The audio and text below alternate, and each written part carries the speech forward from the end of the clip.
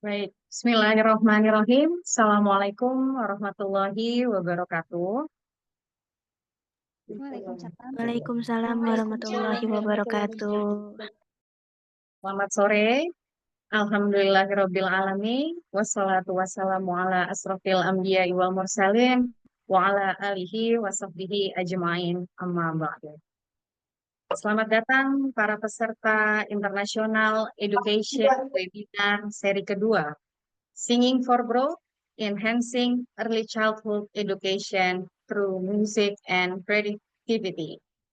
Good afternoon, ladies and gentlemen. Welcome to webinar series 2, Singing for Growth, Enhancing Early Childhood Education through Music and Creativity.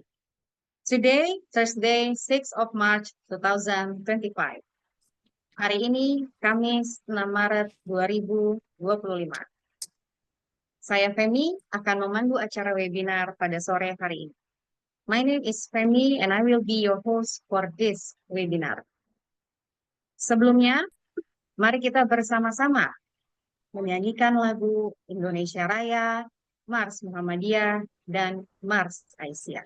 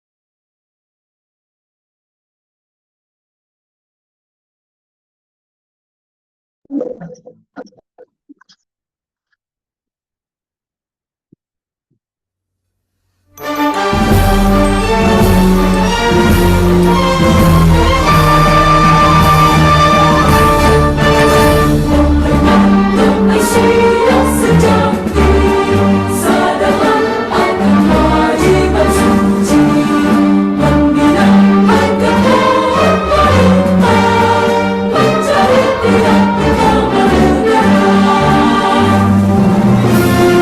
Terapkan ilmu tentang syariat di dalam mengawasi bangsa.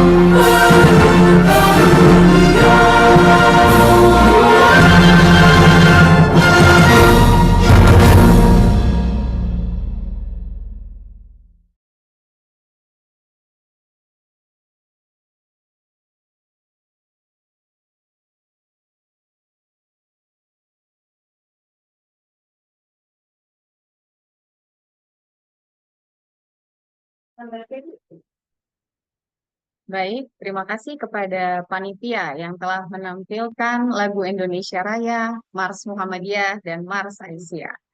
Acara selanjutnya, sambutan dari Ketua Pimpinan Cabang Aisyiyah Bojongsari, Kota Depok. A welcoming remark from Head of the Branch Leadership of Aisyiyah Bojongsari, Depok, West Java, Ibu Yulianti Mutmainah, SHI MSOS. And we will present a short profile video about her.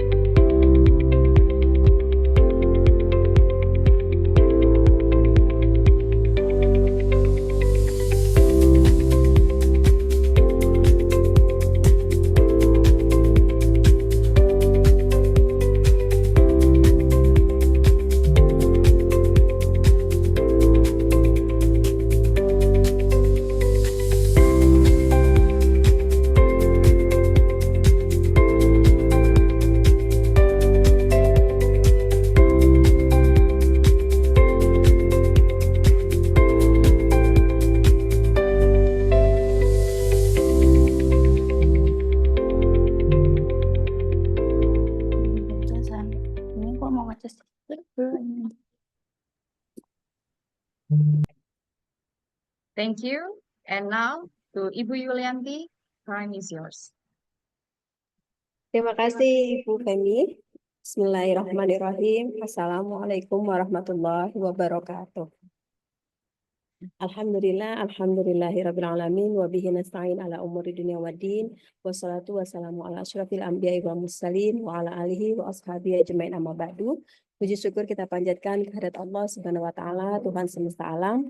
Salawat dan salam kepada Nabi kita Muhammad sallallahu alaihi wasallam yang kita nantikan syafaatnya ila yaumil akhir.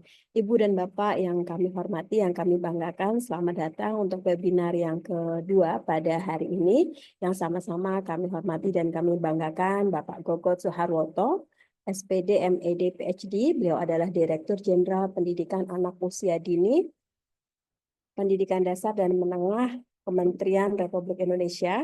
Kemudian yang kami hormati juga Profesor Dr. Vincent Zander. Beliau adalah Guru Besar Institute of Education, Zemix University Hannover, Germany.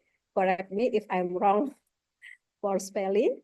Kemudian Profesor Maila Dinia Husni Rahim, MA PhD, penasihat ahli Mendikdasmen, Guru Besar PAUD dan Kesejahteraan Sosial UIN Syarif Hidayatullah Jakarta, dan pada saat yang sama beliau adalah Ketua Majelis Pimpinan Cabang Aisyiyah Bojongsari. Ibu Bapak dan semua hadirin yang hadir pada sore hari ini tentang webinar yang kedua, International Education Webinar Series dengan tema Singing for Growth, Enhanching Early Childhood Education Through Music and Creativity. Menarik sekali tema kita hari ini adalah bagaimana musik itu bisa menstimulus ya tentang pendidikan dan perkembangan anak. Ibu Bapak yang kami hormati, pada hari ini adalah sesi yang kedua yang sebelumnya sudah kita lakukan pada bulan lalu sebelum Ramadan dan dibuka langsung oleh Bapak Menteri Profesor Abdul Mukti. Beliau adalah Menteri Pendidikan Dasar dan Menengah Kementerian Pendidikan Republik Indonesia, dan beliau juga langsung membuka acara dan memberikan keynote. Pada pertemuan yang pertama kita membahas tentang pendidikan usia dini, bagaimana, dan ini juga sangat relate dengan kebiasaan anak yang sudah dicanangkan oleh Bapak Menteri, dan ini juga bagian dari kegiatan yang mendukung program beliau. Di antaranya tema kemarin adalah kita membahas bagaimana tumbuh kembang anak itu tidak hanya ketika anak lahir, tetapi sejak dalam kandungan itu anak sudah bisa menerima pendidikan. Jadi pendidikan usia dini itu bukan hanya ketika anak memulai sekolahnya, tetapi ketika anak di dalam kandungan itu juga sudah mulai dengan pendidikan. Bapak Menteri kemarin sangat baik mengingatkan kita tentang hadis-hadis Nabi, bagaimana orang tua berkontribusi besar dalam pendidikan anak, baik ibu maupun ayah yang gotong royong. Di antara ayat yang menyebutkan adalah wahnan ala wahnin wa fisoluhu fi amaini anishkurli. Jadi ibu dalam keadaan hamil itu bertambah lemah, maka dukungan sosial dari ayah sangat menentukan, dan itu bagian dari pendidikan sosial. Tema kemarin juga membahas bagaimana pendidikan di usia anak itu juga misalnya tentang berhitung, itu bukan berarti berhitung seperti pendidikan SD, tetapi dengan cara permainan, mengingat dengan warna, menghitung jumlah warna, dan sebagainya. Jadi hari ini tema sangat menarik adalah bagaimana pendidikan itu dimulai dengan lagu. Yang kami hormati Bapak Gogot Suharwoto yang hadir di tengah-tengah kita di antara kesibukan beliau. Terima kasih Bapak. Beliau nanti akan memberikan keynote speech dan sekaligus juga akan membuka acara. Ibu Bapak, tema selanjutnya pada pertemuan yang ketiga akan dilakukan pekan depan di hari yang sama, hari Kamis. Jadi kami mengundang Ibu Bapak untuk terlibat aktif dalam kegiatan juga teman-teman, dan mudah-mudahan selama Ramadan ini menjadi kegiatan yang menambah ibadah kita di bulan Ramadan, karena Ramadan itu bukan hanya puasa menahan lapar dan dahaga, tetapi juga menambah semangat kita untuk menimba ilmu. Kepada Profesor Linsken Zander, thank you so much for coming here. A little bit I introduce about Aisyiyah. Aisyiyah is the Wings Women Organization of Muhammadiyah. Muhammadiyah, according to Professor Ahmad Najib Burhani, he said that organization of Muhammadiyah is not only the biggest organization in Indonesia, but also in the world, because Muhammadiyah has the thousand of school, start from kindergarten until senior high school, 145 of university, and also the hundreds of clinic and hospital. So we are glad you are come here, and thank you so much for coming. Ibu Bapak yang kami hormati, terima kasih atas segala kehadiran. Mohon maaf atas segala kekurangan. Jangan lupa nanti mengisi daftar hadir karena akan ada banyak door prize untuk Ibu dan Bapak dalam rangka memberikan semangat dalam menimba ilmu selama Ramadan. Billahi fisabil haq, fasabiqul khairat. Wassalamualaikum warahmatullahi wabarakatuh. Saya kembalikan ke MC.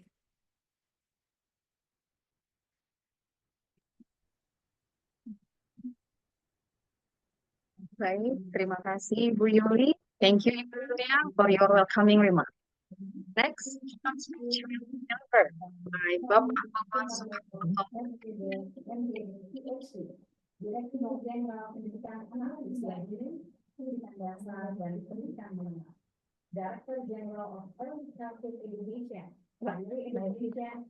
Secondary Education, Ministry of Primary and Secondary of Education, Republic of Indonesia. So we will present a short prova video about Bapak Gogot Suharwoto.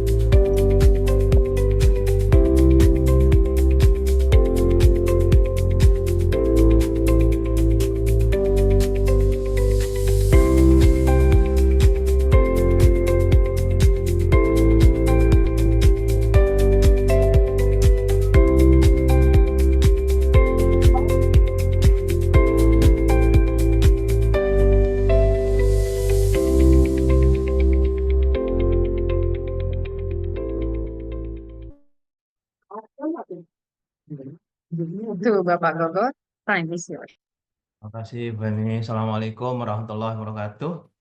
Waalaikumsalam warahmatullahi wabarakatuh. Selamat sore, good afternoon, everybody. Salam sejahtera untuk Bapak Ibu semua.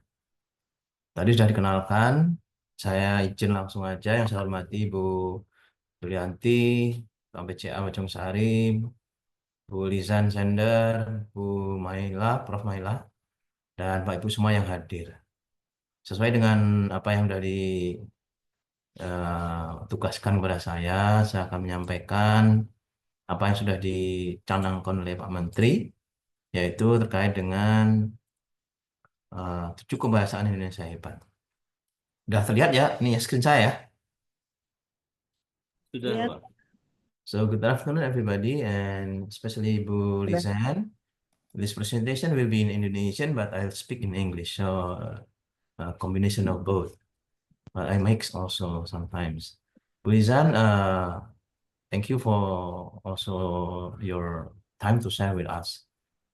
So what I'm going to present here is the new initiative by our minister about 7 habits of great Indonesian children. So as you all know that our minister has launched the main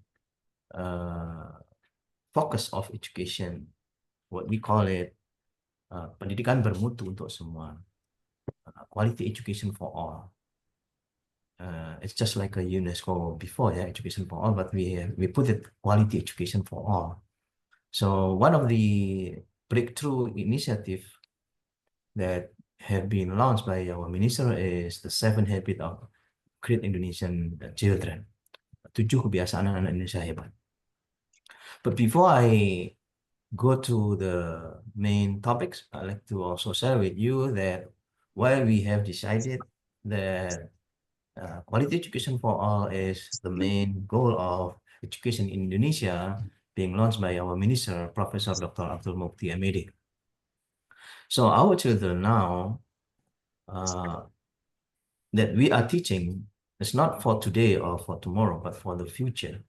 So by 2045, we are expecting that Indonesia will be in the golden age, Indonesia Emas 2045. Nah, Indonesia emas ya, bukan Indonesia cemas ya.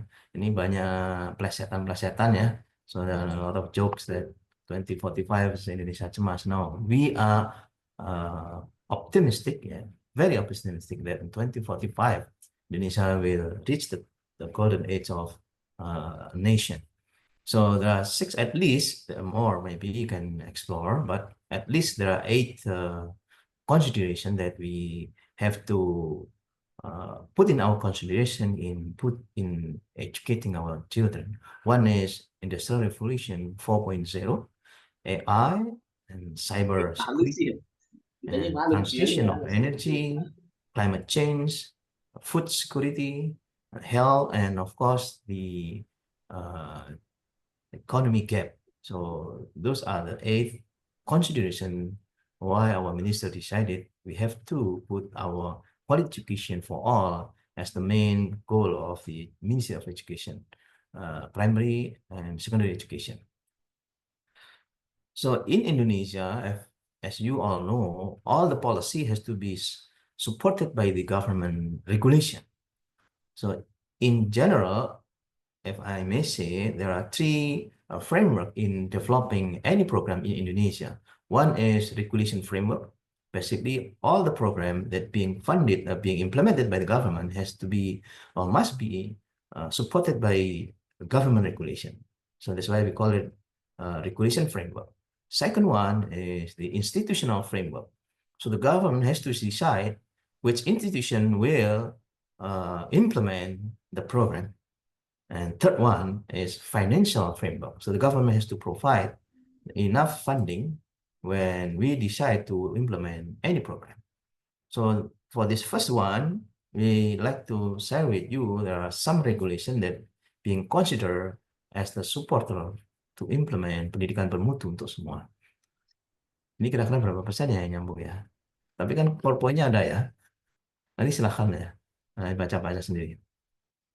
So at least what we are going to present here, there are 8 regulations that have to be our consideration to implement pendidikan bermutu untuk semua. On the 9th one is basically Asta Cita, the main goal of Kabinet Merah Putih. So on the Asta Cita 4, basically we have to provide strong human resource development, science, technology, education, and all. So basically, Ministry of Primary and Secondary Education is under Asta Cita 4, ya. Asta Cita 4 ya untuk Pak Menteri kita. So as a background of the program, I'd like to also show you how our gross enrollment rate in Indonesia. So this is the number of population basically. The number of population in Indonesia, more than 30% of Indonesia are under school age. So 30% of Indonesian population from 270 million, so 30% of them, they are in the age of primary, kindergarten until K to 12 basically. And to reach 2045, those generation from K to 12 will be our strong supporter of 2040. Like in 20 years, they will be in charge of our country. So we have to prepare them very well with quality education. Then I also share with you about the condition of our school. So basically, we still have a lot of like a damaged school, damaged classroom. So this is the graph that I like to show you, especially on elementary school and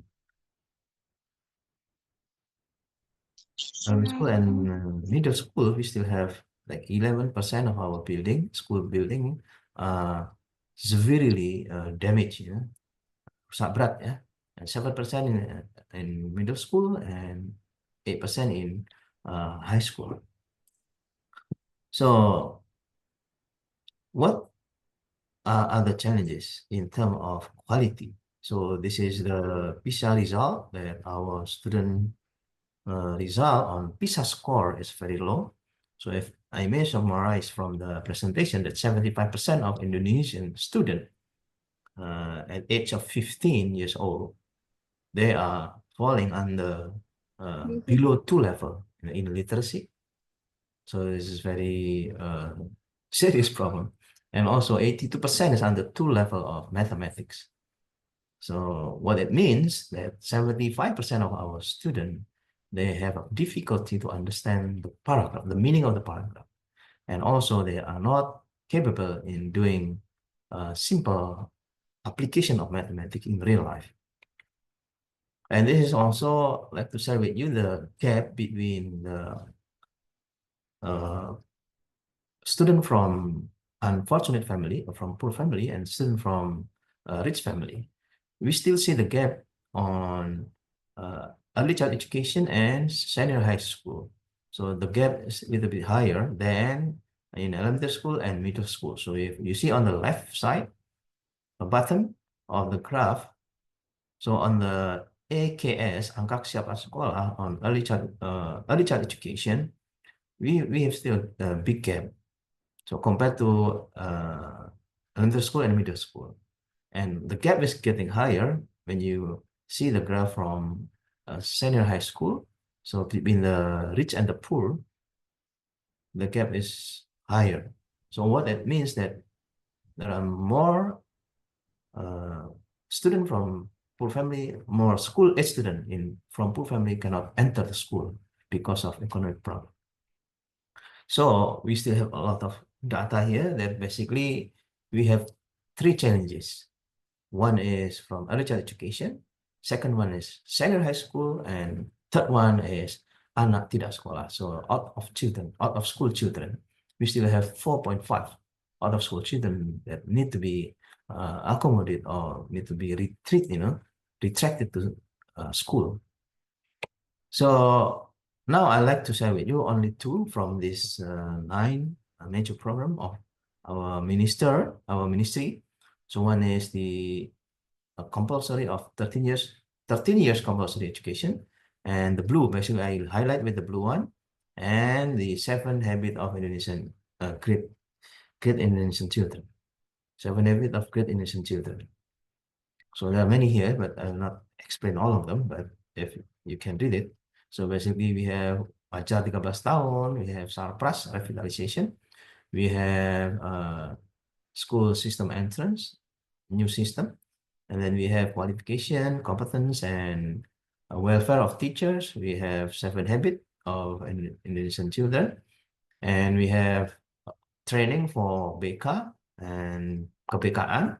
BK, this is for elementary school teacher, and KPKan is for elementary school, middle school, and high school. And then you all have heard about deep learning, pelajaran mendalam. Coding and I will be taught in next school year. And then for high school student, this year we'll start doing tes kemampuan akademik, the national standardized test. Then we also have talenta prestasi, pusprestasi. We have kebahasaan and literacy, numeracy, science, technology. So now I like to focus on the 7 habit of great Indonesian children. So in 2045, we are expecting that after 100 years of Indonesian independence, we will become the developed countries, modern, and become in the same page of developed countries. So in preparing of this, we need to strongly provide quality education. And now we have a new dimension of Indonesian student graduate, basically keimanan dan ketakwaan, belief in God, penalaran kritis, critical thinking, collaboration, creativity, health, well-being maksudnya, and independence, and then citizenship and communication. Those are the 8 Indonesian student graduate competence. So the 13 years compulsory education consists of 1 year for pre-primary, 9 years for elementary school and middle school, and then 3 years in senior high school. So I'd like to share with you about the research done by Vision Learning Project. This Vision Learning Project, they have summarized, they're doing some meta-analysis of 80,000 studies, and then synthesizing 1,400 research involving 300 million students around the world about what are the most influence factor on student achievement. So the study summarized there are more than 250 factors that influence student achievement. So I'll not read all of them. It's gonna be sampai buka puasa nanti. But at least I'd like to share with you the summary of the research. So if we look at this pie chart, so teachers plays a big role basically to be the most influence factors in student achievement. And then we have school, we have home, and we have a peer, you know, peers, like teman ngobrol ya. All those four, if we sum it up, will become like 51%. But you will see on the right side, so the 49% of student achievement is depends on student character. So this is one of the reasons that can justify that student character is the major issue that and the major factors that we have to build since early age. So why we need this 7 kebiasaan Indonesia hebat, because this character will bring Indonesia to have strong knowledge, modern and advanced technology. So this, what do you call, 7 habit of good Indonesian children has been launched by our minister in collaboration with the Minister of Religious Affairs and the Minister of uh, Home Affairs. So Mendagri dan Menak ya, teman-teman. So they have launched SEB ya, Surat Edaran Bersama. Jadi Pak Ibu yang di madrasah pun juga harus menerapkan 7 kebiasaan Indonesia hebat ini. Ini tidak hanya untuk sekolah umum ya. Ya. Isinya dari surat edaran ini ada 2 ya. Yang pertama adalah 7 kebiasaan Anda Indonesia hebat. Yang pertama bangun pagi ya, get up early, beribadah, praying, berolahraga, exercise, physical exercise ya, makan sehat bergizi, healthy food, gemar belajar, so learning. Kemudian yang keempat bermasyarakat ya, yang keenam bermasyarakat, yang ketujuh tidur cepat. So those are the 7 habits. Bagaimana kita mengimplementasikan itu, kita tidak bisa hanya di sekolah ya. Karena bangun pagi, beribadah, cepat tidur, bermasyarakat itu tidak akan terjadi di sekolah. Bapak Ibu guru harus bekerja sama dengan orang tua, masyarakat, atau mengcapture atau menangkap mereka atau anak-anak didik kita di tempat mereka bisa mengakses, yaitu di media. Jadi yang dulu kita kenalnya 3 sentra pendidikan atau 3 sentra pendidikan yang ada sekolah, masyarakat, dan keluarga, sekarang menjadi tambah media. So 4 center of education. So we can introduce 7 habit of good Indonesian children into 4 education medium. So in school, in family, in community, and also through media. Bisa 4-4-nya ya bisa digunakan. Nah, bagaimana kita mengimplementasikan 7 kebiasaan Indonesia hebat itu melalui yang pembelajaran yang bermakna itu ya, yang mindful, meaningful, and joyful. So apa itu bangun pagi? Mungkin Pak Menteri sering menyampaikan ini. Apa sih, kenapa sih kita harus bangun pagi? Nah, soalnya yang paling penting ya, bangun pagi kebiasaan itu adalah supaya kita disiplin ya. Kemudian untuk memiliki hidup yang seimbang, produktif ya, menghargai waktu, dan nanti ya yang jelas tidur bangun pagi itu menyehatkan lah bahasa sederhananya. Dan yang kedua harus beribadah. Semua agama di Indonesia, dan Indonesia itu negara yang religious country. Indonesia is religious country. So all Indonesian must have religion. And one of the practice that all religion in Indonesia done is basically pray. Ya. Tidak ada agama di Indonesia yang tidak mengajarkan beribadah. Nah, caranya mungkin beda, tempatnya mungkin berbeda. Tapi beribadah ini tujuannya tidak hanya ritual, tapi juga menguatkan spiritual dan moral. Yang perlu, yang perlu kita tanamkan. Dan yang ketiga adalah olahraga. Nah, ini generasi kita ini generasi mager ya. Jangan, ya kalau anak-anak kita mungkin ya karena gadget ya, tapi kalau mak-maknya ya jangan sampai mager ya. Ibu-ibu harus rajin berolahraga juga supaya nanti ditiru anak-anaknya. Karena memang ini nggak bisa hanya kita teriak-teriakan kalau kita tidak mencontohkan di sekolah. Ya, anaknya suruh olahraga tapi bapak ibunya pegangannya gadget, kebalik ya. Jadi harus kita yang memberikan contoh bahwa kita juga olahraga. Tapi mungkin olahraganya berbeda. Ada ibu-ibu yang dari pagi sudah olahraga apa namanya tuh, motong sayur ya, ganti galon, apa macam-macam lah, nyiram-nyiram tanaman, ya olahraganya berbeda-beda. Tapi pastikan ada ini ya, ada medium untuk eh, dapat keringat lah bahasanya itu olahraga. Tapi kita sudah mencanangkan senam ya, senam anak Indonesia hebat. Itu yang ketiga. Yang keempat adalah makan sehat bergizi. Ini menjadi suplemen yang paling penting ya. You are what you eat ya, intinya Kak, ya Anda itu apa yang Anda makan. Kalau makannya sehat ya insya Allah panjang umur ya.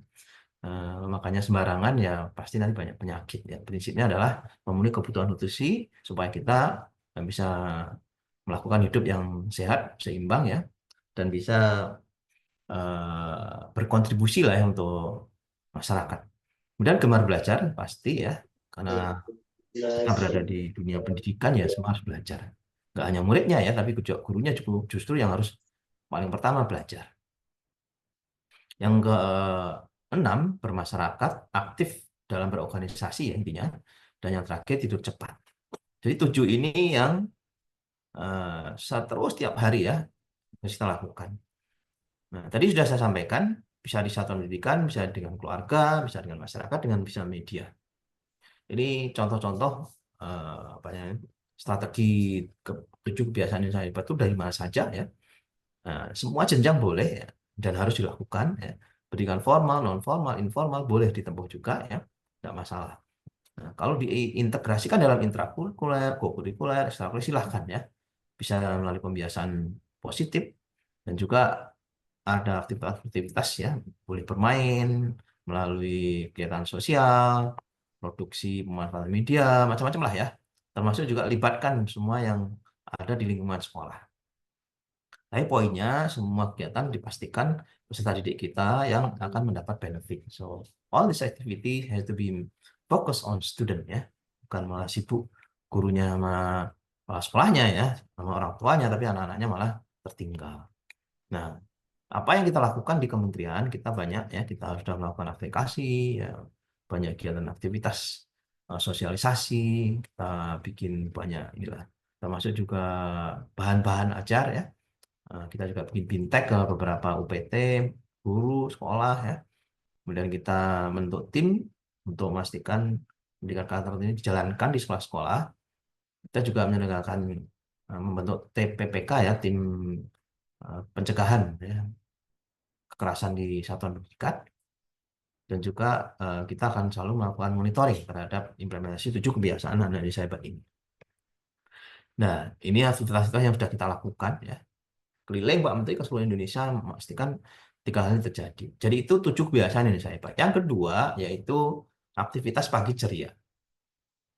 Pagi ceria ini ada 3 Pak Ibu, teman-teman. Ada 3 main activities for uh, uh, pagi ceria. Pagi ceria itu morning activities ya. Morning activities in the school. We are introducing 3 activities. One, senam, exercise. Yang kedua, menyanyikan lagu Indonesia Raya. Yang ketiga, berdoa. So, 3 kegiatan inilah yang kita harapkan di semua sekolah di Indonesia akan dilakukan setiap hari. Untuk senamnya, at least ya, paling tidak 2 kali seminggu. Ini semua sudah ada dalam surat edaran yang dikeluarkan oleh 3 kementerian. Kalau Bapak Ibu teman-teman ingin dapat sumber-sumbernya, ada di alamat di atas ya, silahkan. Nanti saya share linknya ke Bapak Ibu semua. Saya share juga file-filenya ya, monggo kalau uh, bisa dibagikan juga ke yang lain. Poinnya Bapak Ibu, pendidikan karakter ini kita inginnya tidak banyak teori ya. Karena Pak Menteri menyampaikan pendidikan karakter ini harus ditanamkan melalui pembiasaan. Pembiasaan itu akan terbentuk menjadi kepribadian ya. Dan kepribadian itulah nanti yang akan membentuk peradaban Indonesia. Saya kira itu yang bisa saya sampaikan. Mari sama-sama kita buka kegiatan webinar ini dengan ucapan basmalah. Bismillahirrahmanirrahim. Bismillahirrahmanirrahim. Bu Femi, Assalamualaikum warahmatullahi wabarakatuh.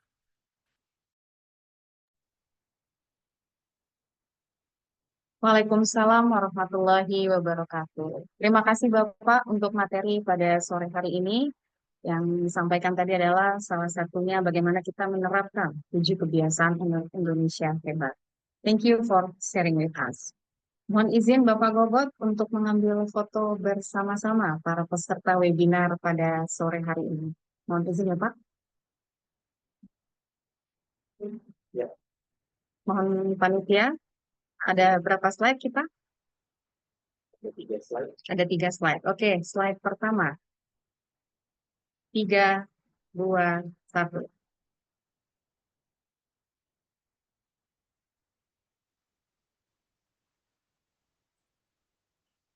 Ya, Ya. oke. 3, 2, 1.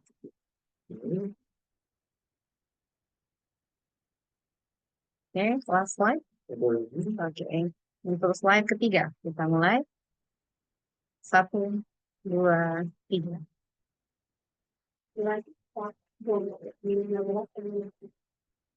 Oke, mohon izin, sebentar Bapak Gogot, mohon izin foto bersama Profesor Lusan dan Profesor Maila. Oke. Oke, Pak Gogot, let me also introduce you to Prof. Lizan Zander from Leibniz Universitat Hannover, and she will be in Indonesia at the end of this year, and she is very willing to come and maybe contribute for discussion in Director General of Early Childhood, Primary and Secondary. Yes, of course. You are very welcome to come to our ministry, Ibu Lizan. Yes. oke baik, izin foto ya Bapak, sebentar Oke. kita mulai foto. Siap, sudah? Oke, sebentar.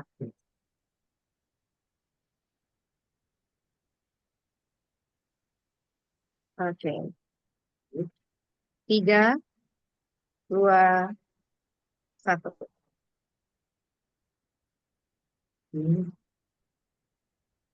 Oke. Baik, terima kasih Bapak Gogot sudah bersama kita semua. Terima Thank kasih. you, Miss Lizan. Terima kasih Pak, Ya, Ibu lanjutkan. Thank you. Terima kasih. Baik, selanjutnya kita akan mendengarkan pembahasan dari webinar series pada sore hari ini dengan tema Singing for Growth, Enhancing Early Childhood Education through Music and Creativity. Alhamdulillah telah hadir bersama kita selaku pembahas Ibu Profesor Maila Dinia Husni Rahim, MA PhD, selaku penasehat ahli Menteri Pendidikan Dasar dan Menengah, Guru Besar PIAUD dan Kesejahteraan Sosial UIN Syarif Hidayatullah Jakarta, dan Ketua Majelis Pimpinan Daerah Muhammadiyah Bojongsari Kota Depok. Profesor Maila Dinia Husni Rahim, MA PhD, is a professor in early childhood education and social welfare, UIN Syarif Hidayatullah Jakarta, and as an expert advisor, Ministry of Primary and Secondary Education. We are honored to have with us today also Professor Dr. Lusan Zander, Professor in Empirical Education Research and Musician, Institute of Humanities, Leibniz University, Hannover, Deutschland, Germany. So we will now present a short profile video of Professor Maila Dinia Husni Rahim, PhD, and Professor Lusan Zander.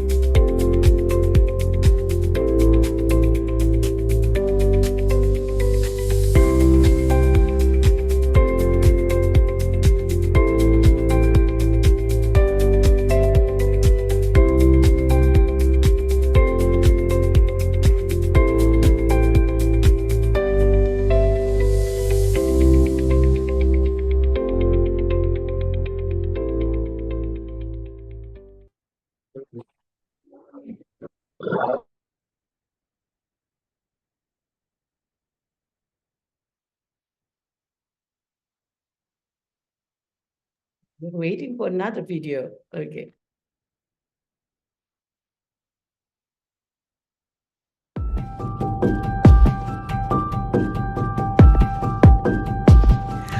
One fight, then I'm back in your arms.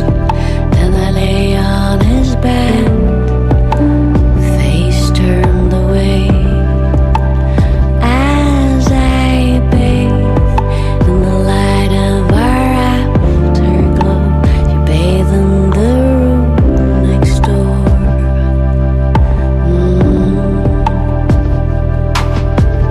As I listen to your touch and to the answers inside of me.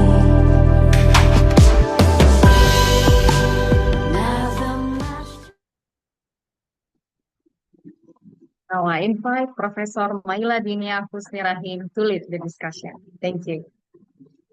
Thank you, Ibu Femi. And yes, well, I'm so happy to see you here, Lizan, and to hear your voice singing that and to introduce you as a professor and as a musician. Good afternoon, selamat sore semua Bapak dan Ibu, kawan-kawan mahasiswa. Welcome to this exciting session of our webinar on the role of songs and movement in early childhood education. For those who doesn't know me yet, yes, I'm teaching in UIN Jakarta, and some are very familiar faces here. They are my students and also my colleague lecturer at the study program of early childhood education. Before we begin, well, I'm sure you all noticed that the introduction of Professor Luzan Zander is quite different. The song is different. Well, it is her song. So the one who sang that song is Prof. Luzan Zander. The song title is Afterglow. You may find later in the YouTube or Spotify. It is performed by her and her band named Stereo Fish. Well, I'm not sure how I pronounce it, Luzan. Well, Afterglow is a beautiful and reflective song. It is in my song selection, actually, evoking feeling of warmth and transformation and appreciation for life's moment. It captures a sense of movement, of change, rhythm, and connection, which is perfectly aligned with our discussion today. Just like how a song lingers in our minds, shaping our emotions. And I come into tears just to speak about it. And thought, music and movement in early childhood education create lasting impression on children, influencing their cognitive, emotional, and social development. This is also highlights something special about today's session. Prof. Zander will not only speak from the perspective of an academic, but also as a practitioner musician. She understands both the science behind music in education and the artistic, emotional, and expressive power that music brings. Now, let me officially introduce you our distinguished speaker, Professor Luzan Zander. So Prof. Luzan will present for 20 minutes, and then after that, we will have a session for discussion. I will translate conclusion, the summary of her talk at the end of her presentation. So if you have any question, you may type in the chat box and we try to answer it later on. You can write in Bahasa Indonesia, you can practice in English or maybe German. So Prof. Zander, the time is yours.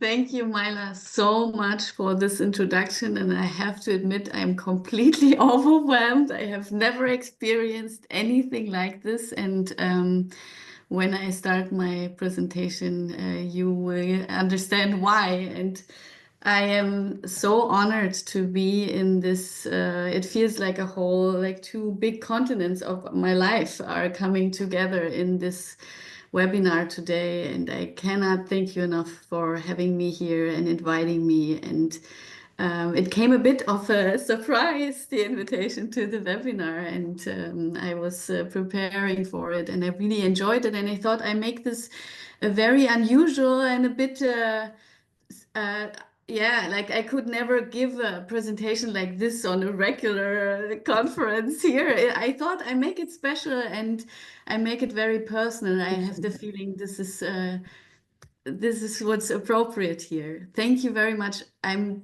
so grateful so many times that we have met and found each other. And yeah, thank you and all hello to everybody who is listening here and interested in the talk.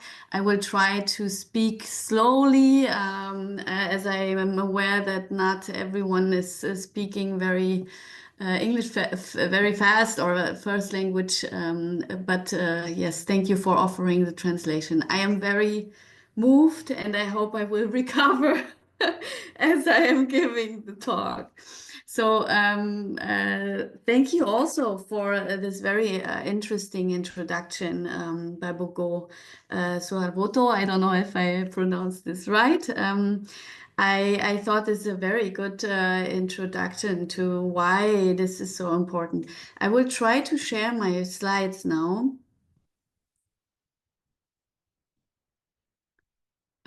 Can you see them? So this is I was already so when I saw this on Instagram, I was getting super excited, and my partner said to you, "Oh, this is such a great thing." So I'm very happy to be here. And when you contacted me, I decided I include the role of dance.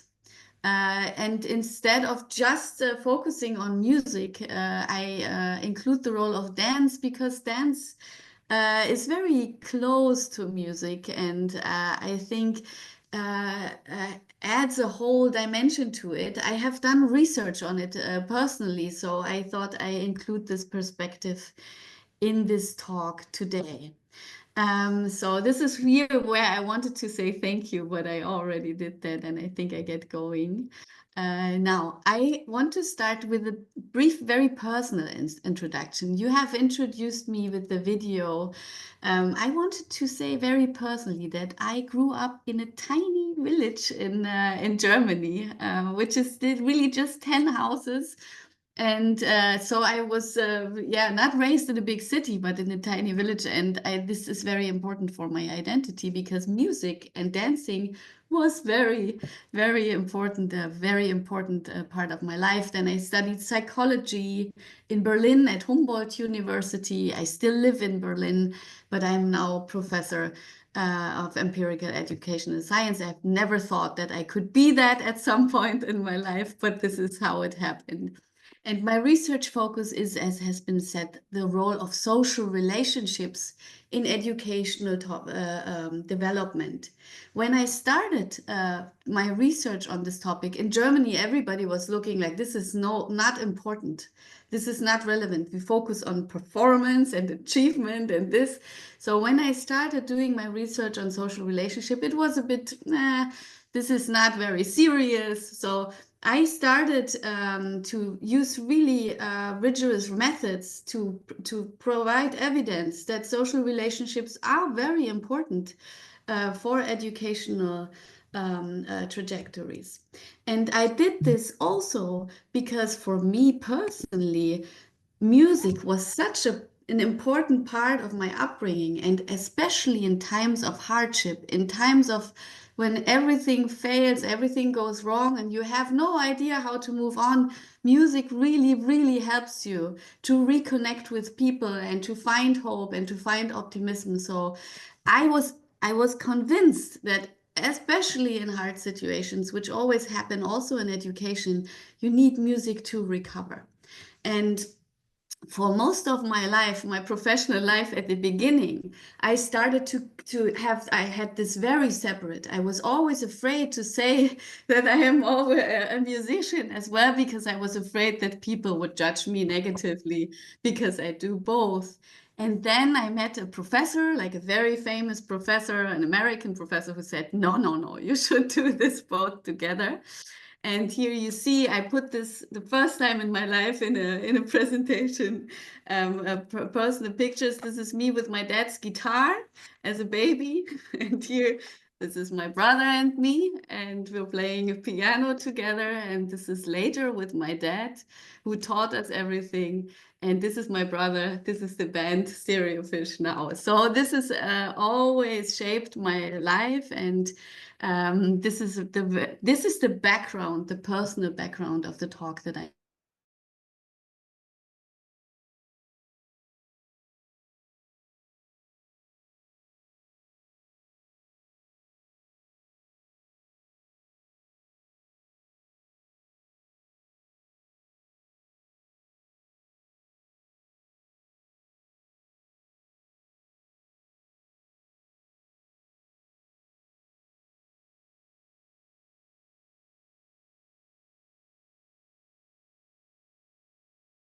Is much What is much more clear is the evidence about mental and emotional health.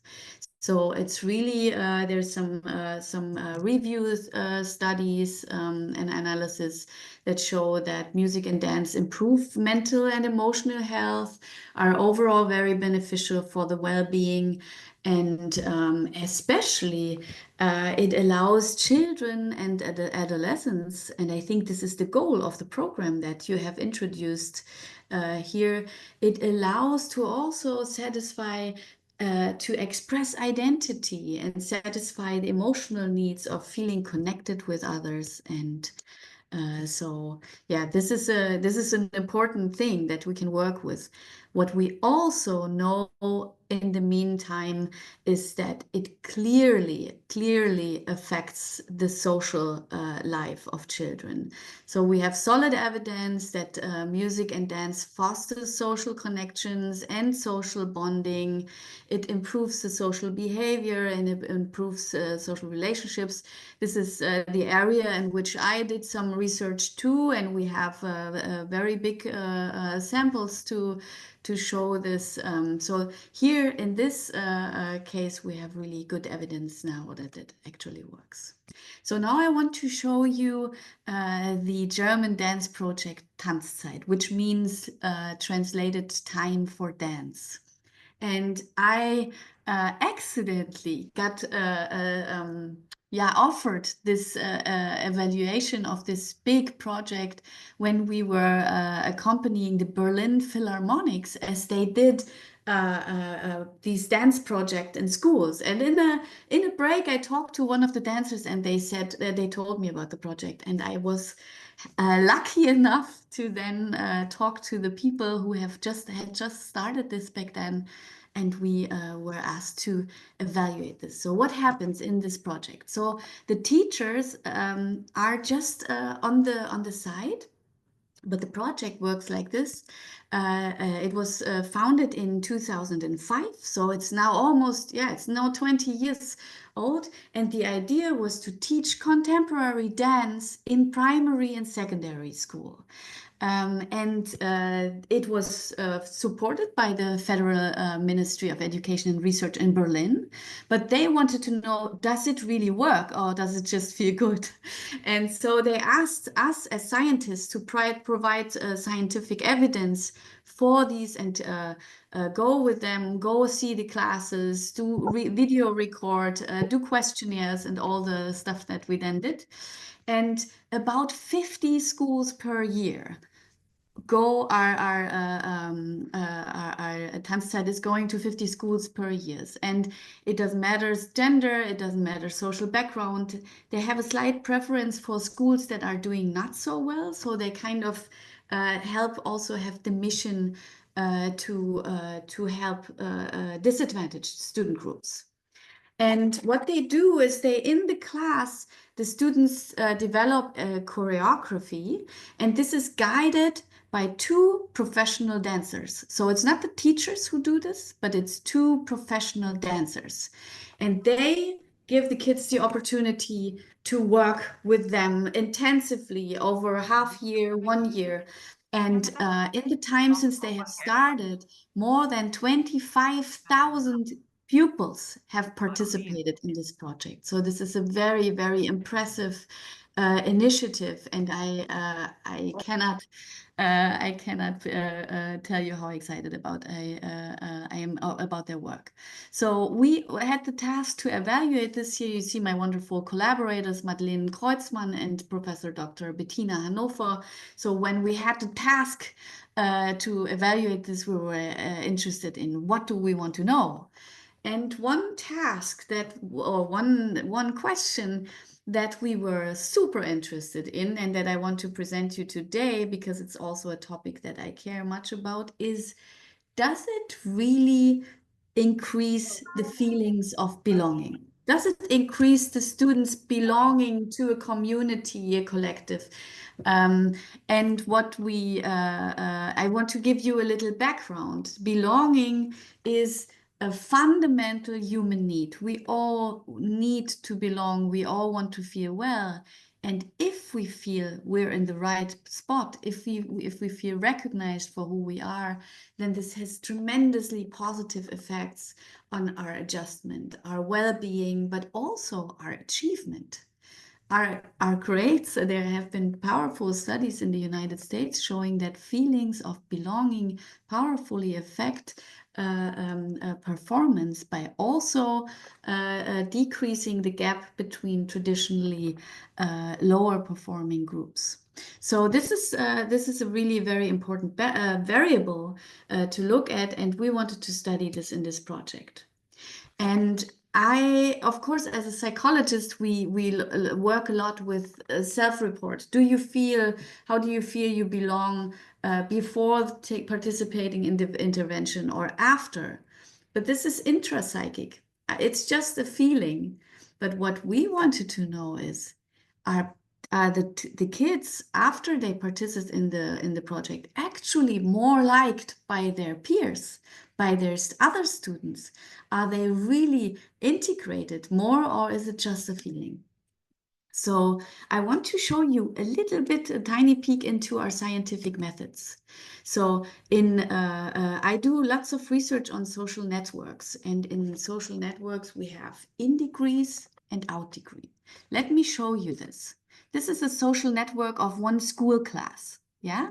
And all the teachers here, imagine this is your class, the class you're teaching. And here you see circles and squares, and the circles are the girls and the squares are the boys, yeah?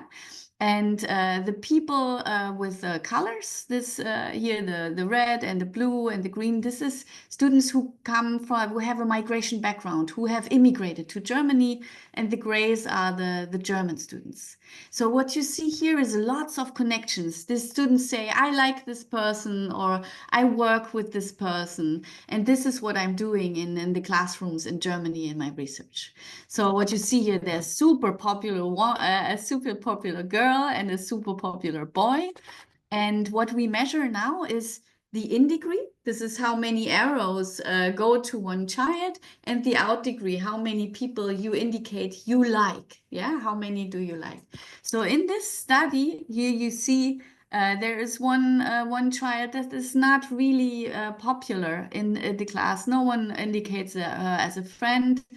But many people here, many people like this girl. Yeah, so she has a very high in degree.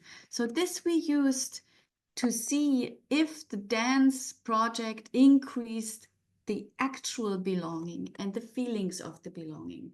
So why should dance work? So first of all, it has a strong student-centered task orientation. So the focus is not on the teacher, the focus is on the students. The students dance together, they collaborate together, they work together. And they do not just collaborate together generally, but they have one goal that they can only accomplish if they collaborate together. So they have to interact with each other. And the teacher, the choreographers, they are just the supervisors. So there's frequent interaction, much more than in traditional classes where the students listen and the teacher talks. So they actually get very involved with each other. And also we have mixed gender groups, sometimes the girls with the girls, sometimes the boys with the girls. So everything mixes all the time. So now in this study, it had we call this quasi-experimental untreated control group design. And we designed it so that some of the groups randomly were assigned to the intervention group that danced, and some of the classrooms waited and they could only talk later. So we did the assessment first, which allows us to measure the effects in the group. And in the sample we are analyzing, there were 606 students, 51% girls, grades 5 to 9, so elementary school and secondary level, and the mean age was 11 years. And I can tell you, I will not go crazy about this. I just wanted to show you that there's these methods behind this where we analyzed all the data to examine, does the social network change as a consequence of participant, and does that increase the belonging? And yes, we found the confirmation that each additional semester in which the students danced in the intervention program contributed to a higher sense of classroom belonging. And this was, in fact, not just a feeling of every student, it was actually the changing structure.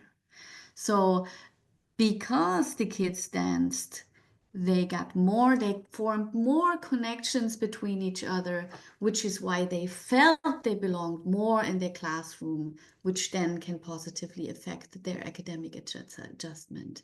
In another study, we also found that the girls were more likely to collaborate also with the boys in academic tasks. So this was really good, but the important message also of this study was that it doesn't happen right away.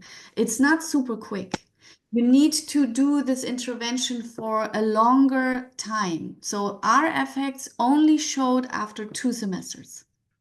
So it takes time. It takes time for this for the change to happen. It's not just that you come in and you expect the magic to happen. You need to give the children the opportunity to really connect and engage in this process. So this is a very big plaidoyer for incorporating dance and music activities regularly and sustained, and not just come in there once. This is what the children need. This is a publication that if you're interested, you can access. So I put it in the slides where we report about these results. And now I want to go to in the final part to talk a little bit about the role of songs and movement and learning, because Myla told me that this wonderful initiative where you have the aim to foster this joyful and healthy early childhood learning through songs and movement. And I have checked into the evidence to give you their brief summary. And also I had the pleasure to listen to the songs that the kids were creating, yeah. And I played this to my brother who is visiting me right now, and he immediately took the guitar and played along. So this was wonderful experience yesterday night when I was listening to the song. So this is, personally, I think this is a wonderful idea, and I think it is the future because of this. The songs have, and that is, as you see in the references, this is all relatively emerging science. It's a science that is a little bit different than the science that we're used to. It's very international, and we find that that music indeed, when you include them into lesson, can enhance cognitive development. It has shown effects on memory improvement. Kids understand concepts better. For example, in mathematics, and also in language learning, mathematics is a bit surprising that it is effective. And especially songs with rhymes and repetition are good for memory retention and cognitive skills, also for phonological awareness. And also, as I said, for the language learning, this is good. It helps for the acquisition of language skills. I also learned English a lot with songs and with music. I had to transcribe for my dad, who was a musician, all the time, the songs and the lyrics, because there was no artificial intelligence back then and no DeepL, which we can use now. And it's also very good for kids to learn pronunciation and providing that we know how sounds function. Yeah, they have a lot of information about the cultural norms, about our cultural values. The kids' songs, they have so many implicit messages of what is desired and what is wished in a society. And by repeating them over again, they learn to connect this with social relationships and with safety and with security and with positive emotions. And this is very, we don't know so much about the mechanisms of this, but we know now we have the evidence, recent evidence that it works. And it also enhances expressive and receptive language abilities. These are I have the feeling these results are very young and we need much more research in this area to be really safe. But these are some encouraging findings. And of course, if there is a ministry program supporting this, there's lots of opportunity to systematically study this. Especially because it's done in many classrooms. So you can do the research on many kids and find out if it really works. Yeah. It also has been shown that there is effects on kinesthetic and motor skills. So you express your emotions by using the body. This is very helpful for children because they also have the ability then to express themselves more in social contexts. So people can read them better and more adapt to their needs. And of course, it also, this is kind of almost self-evident that it helps coordinate body movements and coordination. Again, there's a lot of emotional and social benefits. I already talked a bit about that. So it creates a lot of fun and for an enjoyable learning environments. Kids, especially in elementary school, they love this. They love singing. They start singing along as soon as they get the opportunity. With teenagers, it's a bit different story. But the children in elementary school, they really, really enjoy this. So here's my summary. I think we have an emerging research in this field that is, there's still lots of potential, but we do have quite some nice evidence that there's benefits for children in and also adolescents, enhancing their health and their cognitive development, but also their emotional well-being and especially their social connections. And I think that what we know now is that we're doing good if we recognize music and dance as valuable tools for promoting a more holistic educational development than just focusing on the enhancement of single skills. And my personal stance is that this should be this is the initiative of your ministry. This should be an integral component of educational programs. We also have a big program of this funded by the Ministry of Education in Germany. They spend a lot of money on this. I'm very happy that this is the case. But I also want to repeat, it's important to not just do this punctual, but also do this as a continuous continuous effort that is a regular part of education. Now, what are the future directions? I think we need to better understand the mechanisms so that we can actually deliver it very well. And we really don't know how the magic works. We know that it works, but how does it work? And we know that one big part of it, and that resonates with the talk we heard before, parts of it is cooperation that it requires. Yeah, we need to coordinate with others, to dance, to do music together.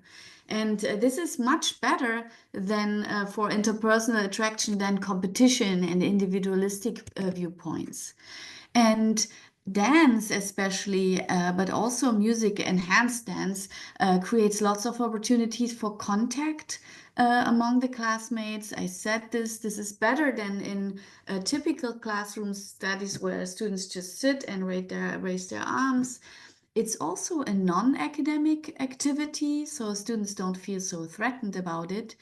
And they can also show many aspects of their identity.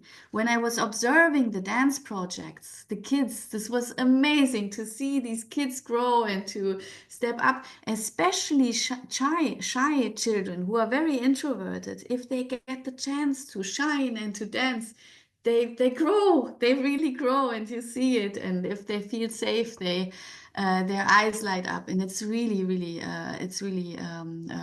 touching to see that. And the concept that I personally believe is will be very interesting in the future is this aspect of synchrony.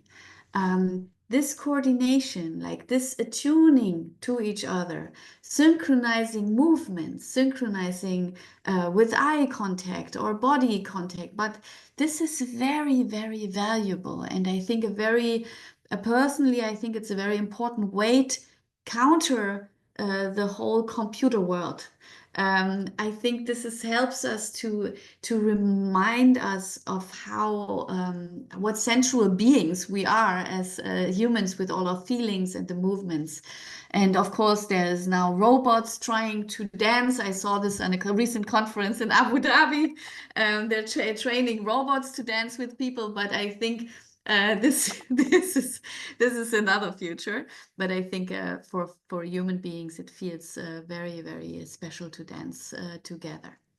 I would like to also say that I think there's so many international little projects here and there, interspersed, everyone is doing. I think we should also connect these projects, but also connect the research on this on a global level, because there's so much to learn from each other, from these different, how it's done in different cultures. And I also would love if the children of these different dance projects in different countries connect with each other. This is all possible now with the video conferences that we have. And I think also the final is that we should connect music, teaching, arts, and sciences more confidently. And I want to end with this. Leona Aiken, this professor of statistics, she was one of the first women in the rough science quantitative methods in psychology. And I met her in 2010. We're now very well connected. And she wrote back then in this book, when I was still ashamed to show that I'm a musician, she said, scientists and artists keep both, they're beautiful together. So this really changed my life, because after she wrote this down, I dared to be open about this. And this is why I'm here now and I'm talking about this. So let us encourage also our students that science and music and dance, they go very well together. And let's spread this magic and really let's help spread it through science and to using very strong and serious methods to show that there's effects of that. So this is how I want to end, and I thank you very, very much for your attention and for the invitation. Thank you so much, Luzan. I really enjoy your presentation. It's just like the rhythm of music, and then it sounds very good in my ears. And then I keep on, because you're vividly explain about it, so I keep on, yes, this is so true. And also thinking about what kind of research should be a follow-up. And if you see, just like how we begin our event today, it's full of music, because Indonesian love music. And Yes, I was thinking that. yes, Yeah. yes, national anthem, organization anthem, and etc. And it's just part of our our tradition. And your conclusion is very well actually conclude the discussion that music, dance, and science should go hand by hand. I will explain a little bit in bahasa, and then I will invite people to audiences to question and answer. Jadi untuk Bapak dan Ibu, dan juga terlebih ke mahasiswa-mahasiswa saya yang sudah datang, jadi Ibu Luzan dia menjelaskan mulai dari latar belakangnya, ya, yang sangat dekat dengan musik. Dia tinggal di kota kecil, kemudian bapaknya musisi, dan dia sendiri membuat band bersama kakaknya. Ya, dan itu untuk sebuah desa dengan 10 rumah di Jerman, hiburan itu salah satunya adalah dengan bermain musik di dalam keluarga ataupun di dalam komunitas. Jadi mungkin Bapak dan Ibu yang punya dan mahasiswa yang punya kebiasaan bermain musik ini udah good dan perlu dieksplor, malah dicari bagaimana ini terkoneksi. Tadi di akhir dijelaskan terkoneksi dengan sains, dengan movement dan lain-lain. Dan tadi saya lihat juga Pak Marhum udah beberapa kali berkomentar di budayanya Pak Marhum mungkin dekat sekali ya dengan musik ya dan seterusnya. Nanti pertanyaannya kita tanyakan Pak.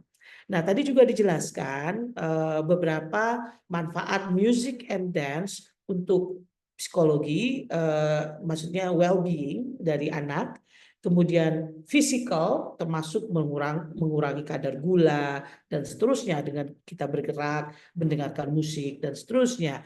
Ya, kemudian untuk sosial tadi dijelaskan panjang tentang dance project yang dia buat dan menjadi penelitian. Nah, ini untuk kawan-kawan yang mau disertasi, tesis ataupun skripsi, oh ternyata dance ya mengamati bagaimana anak-anak berkumpul dan menari itu bisa jadi satu research question yang bisa ditanyakan dan menjadi penelitian yang menarik ya, terpublikasi dan seterusnya.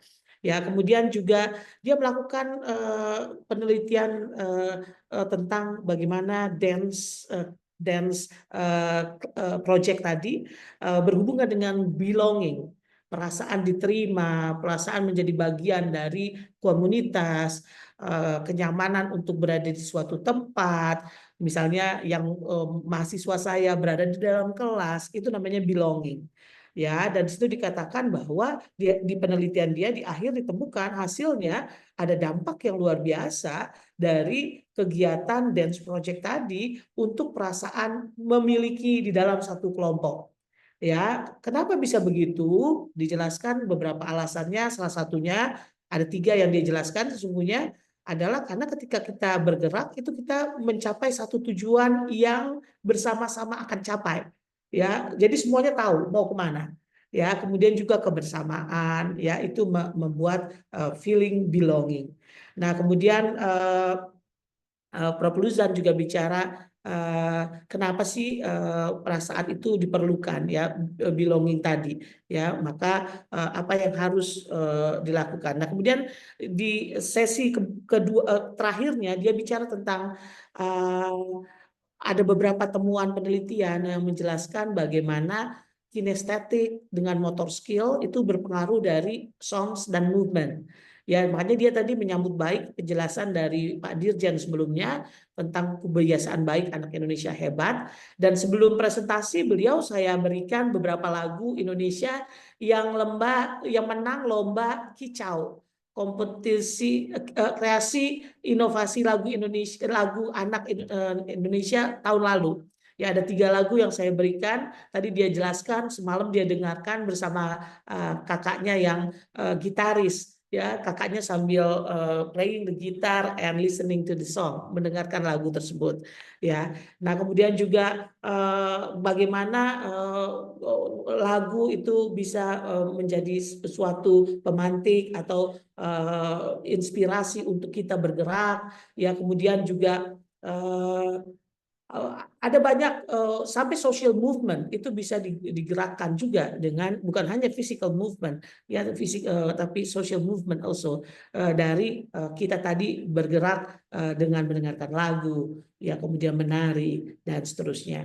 Tadi slide-nya dia yang terakhir itu dia menggambarkan. Oleh karena itu kita mari sama-sama menganggap ini sesuatu yang wajar. Itu ya yang mengatakan adalah seorang profesor statistik terkenal, ya profesor statistik dan dia ahli dalam psikologi kuantitatif. Ya dia menjelaskan sudah saatnya masa sekarang musik, dance, ya kemudian juga science, ya bersama-sama dieksplor, bersama-sama menjadi bagian dari kehidupan kita. Itu mungkin dari Ibu. Ya, okay. So that's the summary of the translation of the summary. And now we are inviting those who'd like to ask question. I saw written question from Pak Mahurum. Pak Mahurum, would you like to ask directly to Prof. Luzan? Oh yeah, Yes, please, Bapak. thank you so much for the presentation to the host and the keynote speaker. I'm so interesting about music and dance because basically Indonesian people like to dance and to playing music, and we have our pure identity, ethnical identity, and for me, this is as an important tool to gather the kids. If we want to develop their fellowship or to educate them, just playing music and singing with them, they can come. They would like to come. They feel, oh, that others is my friend. All of the community is my friend. This is the power of music. But I don't know how the speaker think about it on the in the setting of psychology or other subject. But this is important for me as an Indonesian. The power of music and dancing to enhance education for the future of Indonesia. Thank you so much. Luzan, if you'd like to answer that, and yes. Thank you very much. So I think I have I have the impression that this is your feeling. Yes, you think that music is an important part. Let me rephrase so I make sure I understand you right. So you say that you have the feeling that music is a very important part of your national identity, your culture. And you are convinced that this music as an art form is very important for education. And I think there's strong scientific evidence backing up this feeling. And I'm actually very happy that we are now. If I would have done the same literature review 20 years ago, we would have not had so much results. This is an emerging field. And I think that many people who practice music and who sing and who dance, they know from their own experience. But it is very hard to convince people who don't do that, who have unlearned that or have thought this is embarrassing or this is so many people when they grow up, they think this is not relevant. But then you see at the conference, when the people dance, they're the happiest. Yeah, this is where the important stuff happens.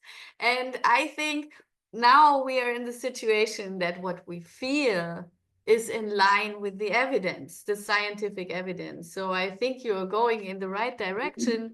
by listening to what you have experienced. And to be honest, I can really not think of any downside. Like, what can go wrong if you sing with students? What could be a disadvantage? I cannot think of anything. I don't know what could be a downside. I mean, of course, it depends on the type of music, yes, on the values. Of course, yeah, we know that music has been used for not so good purposes because it is so powerful. This is to be kept in mind, yes, because it is so powerful, it can also be misused. But this is why we need to be careful to connect it to the right values and to what we believe our societies should be like and should look like in 20 years. Yeah. So it's answering your question, yeah, Pak Marhum. So Luzon, Indonesia, we have more than 370 ethnic groups. And one of the ethnic group is Batak. And from the names, Pak Marhum is from Batak, right? And Batak people are very famous as a good singer, a good guitarist. So they said, well, in our joke that if you give a guitar to Batak people, they will just right away play the guitar and sing. Benar itu ya, Pak? Yes. Benar, Bu, benar. Benar, yes. Thank you very much, Bapak, for engaging in the conversation. Yes, yeah. So we go on. Yeah, Myla, as you Yes. stated, as you say, I think this is another one of the important powers of music, that it can connect people irrespective. If you, this is universal language, yeah, when you can come to another country, you participate in a dance without knowing any language and people immediately connect. So it is also a powerful tool to overcome differences, to find a common identity in spite of all this. And I think this is why it's also so relevant in Indonesia, when you have so many different groups that come together in singing and dancing. And we find this also in schools. Yeah, when we have children from different in classrooms from different cultures, this is one nice tool where they can just forget about everything and just perform in this one piece together. Same for boys and girls. They can just perform in this together. Yeah. Yes. So Prof. Luzan is scheduled to be in UIN Jakarta this year. So when she is here, we will invite her to dance and sing with us. Yes, yeah. We will. I'm looking very forward to this. Yes, we will prepare a stage for you. Yes. Oh, this is going to be hard without my brother. True. I need a guitar. Yes, play the guitar. And this time there is another participant, Dennis Ma'rifah, Bu Dennis, atau ini masih muda atau belum, saya belum lihat mukanya. She would like to ask a question. We invite you to ask directly to Prof. Luzan. Boleh Ibu Dennis mau bertanya langsung, boleh bahasa Indonesia, bahasa Inggris, silakan.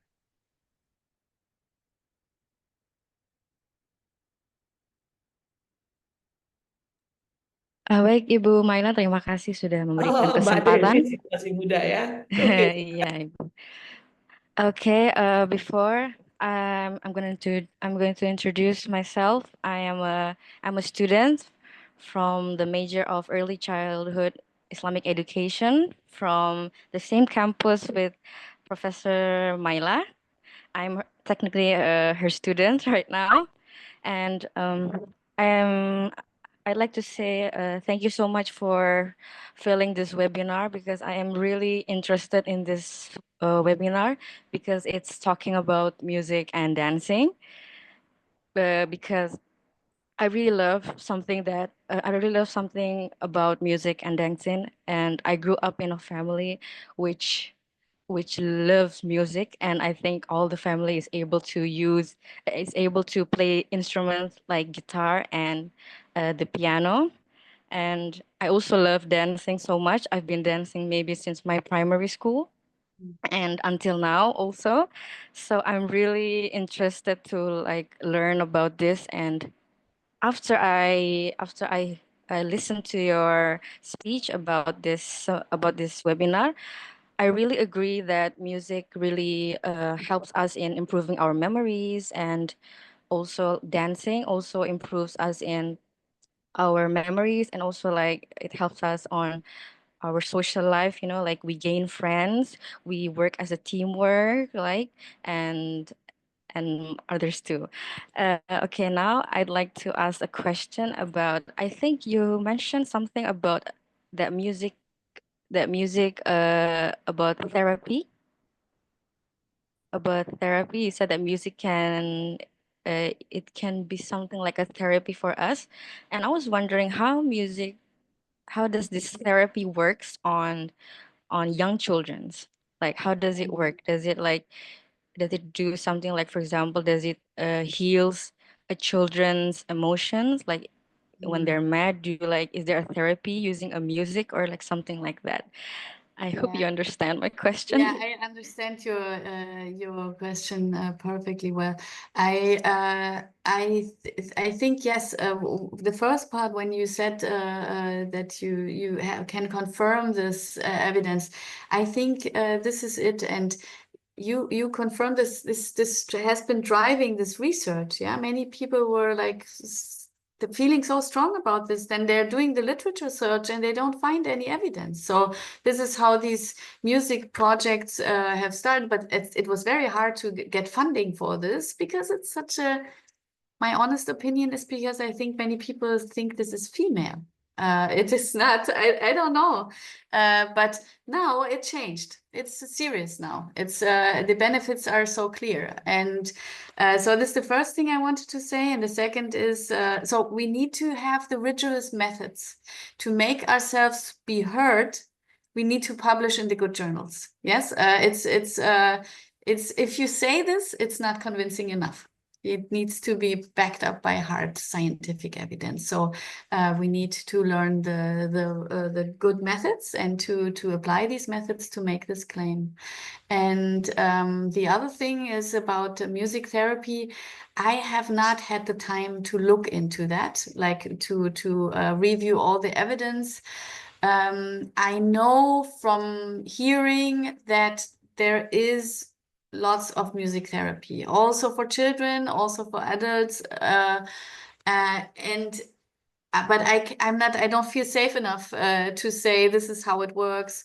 I just know from also personal stories of people that I know well that it was very important for them to have music-based therapy and that it really works. So, but it again, I don't feel confident enough right now to say this is the precise mechanisms. But maybe you do research on this.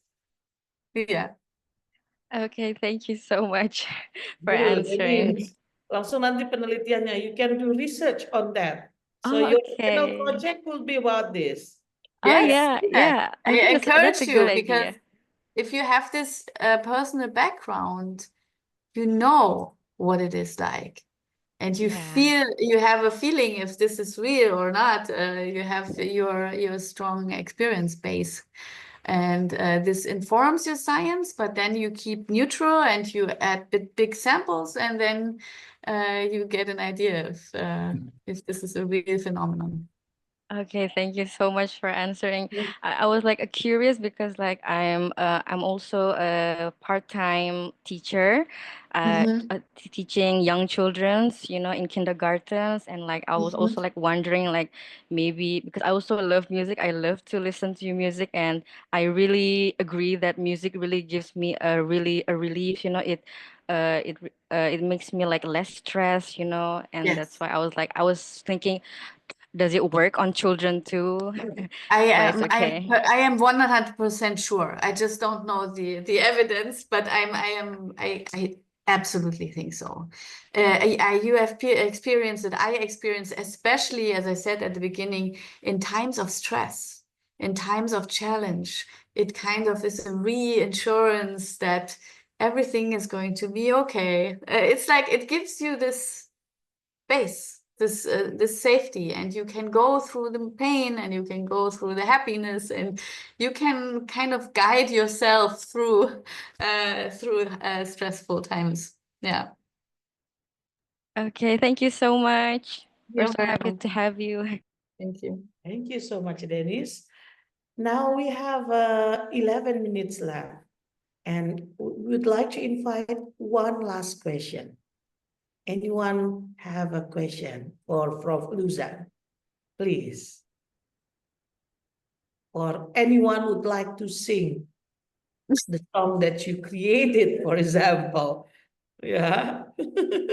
Yeah, I'm a bit sad that my brother is not here right now. We have to perform. Yes. Maybe next time. Next time, we will have both of you to have a presentation on the experience, because my classes, it's it's a study program of early childhood Islamic education, and one of the subject is about music. So I think it's a great opportunity for them also to hear about music from other countries. And it's not music from other countries exactly, because it's a popular music. So it's yes, the rhythm. Well, I'm not sure about what I'm saying now, but the thing is, this is something that is we are very familiar with the tunes and everything.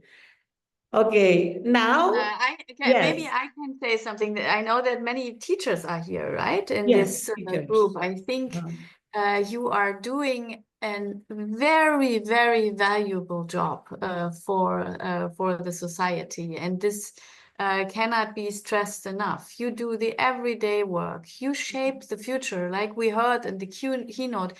You are responsible for raising and guiding the children that will be responsible for everything in 20 years. And this is I'm very glad that you are here, that you are interested in hearing about this, because you actually do this on a daily basis. You can provide this environment for the children, and by being here, you show that you care very much about this. And I want to thank you, because we are all connected in this world. Thank you very much for giving me the opportunity to talk.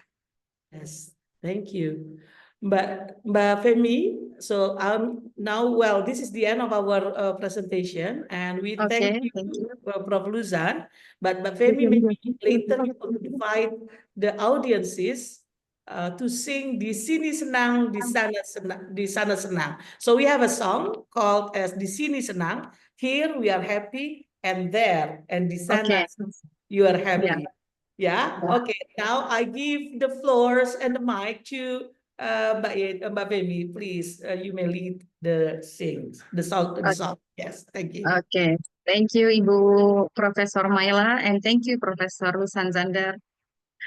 Oke, eh, kita akan sama-sama mungkin ya nyanyi- menyanyikan lagu Di Sini Senang, Di Sana Senang. Oke, this is one of the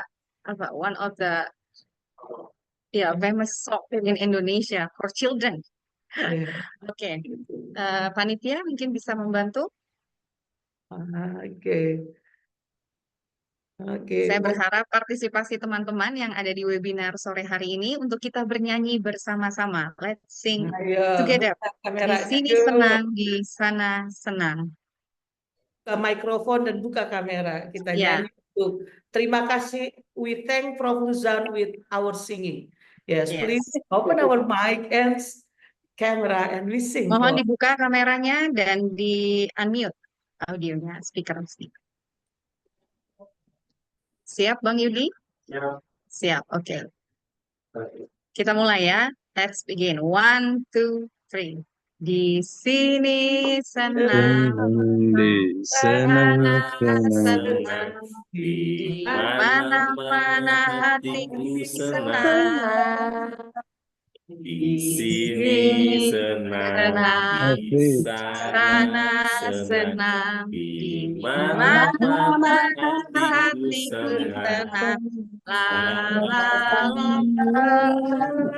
La, la la, la la la, la la, la la la la la la, la, la la, la la la, la la, la, la, la la la la la la la la. Yay! Wow, this is wonderful. And it is so difficult to coordinate in Zoom. Thank you very much. I appreciate it very much. Iya. Nah, so we have another song. Ada another song lagi? Ada lagu lain lagi mungkin? Hah? Cukup? Oke. Oke, baik. Sebelum kita mengakhiri acara webinar sore hari ini, akan ada sedikit yang akan disampaikan oleh Ibu Yulia terkait door prize untuk penanya yang aktif pada sore hari ini terkait materi yang disampaikan oleh Profesor Lusan Zander. Silakan Ibu Yulia. Baik, terima kasih Ibu Femi.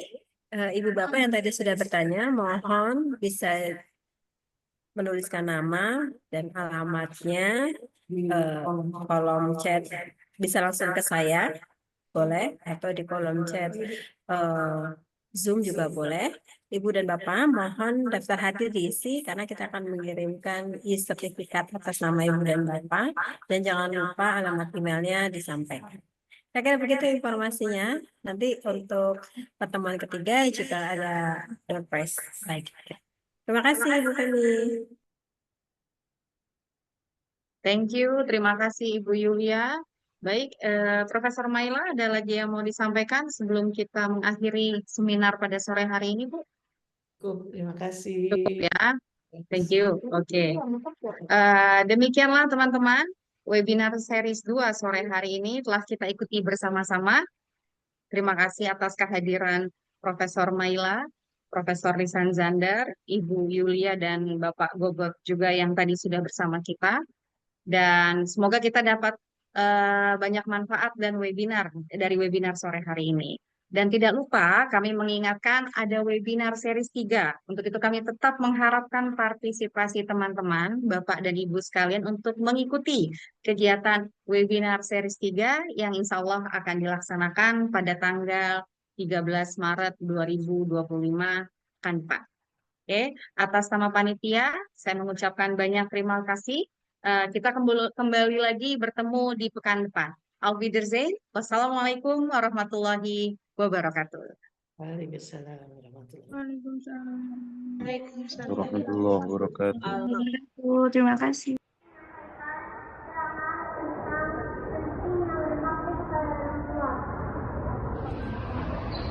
Allah menyebutkan dalam Al-Quran bahwa adalah kepada orang tua adalah kewajiban yang harus kita tunaikan sebagai hamba. Teman-teman, bila akan menghidup orang tua, bila akan membentak, marah, kesal, sama orang tua. Jangan ya.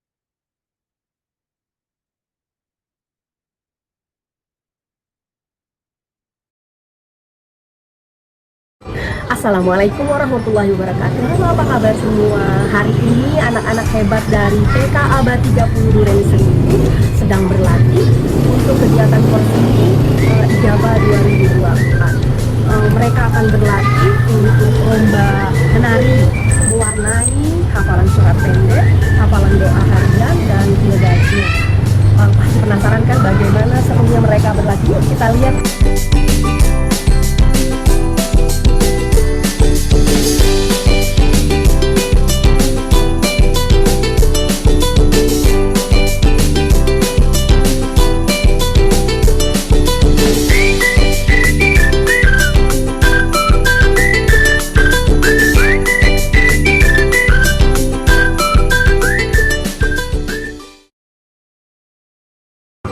Assalamualaikum warahmatullahi wabarakatuh. Oke, terima kasih everyone. Happy fasting. Selamat ngabuburit. Ngabuburit yang bermanfaat. Terima kasih, thank you.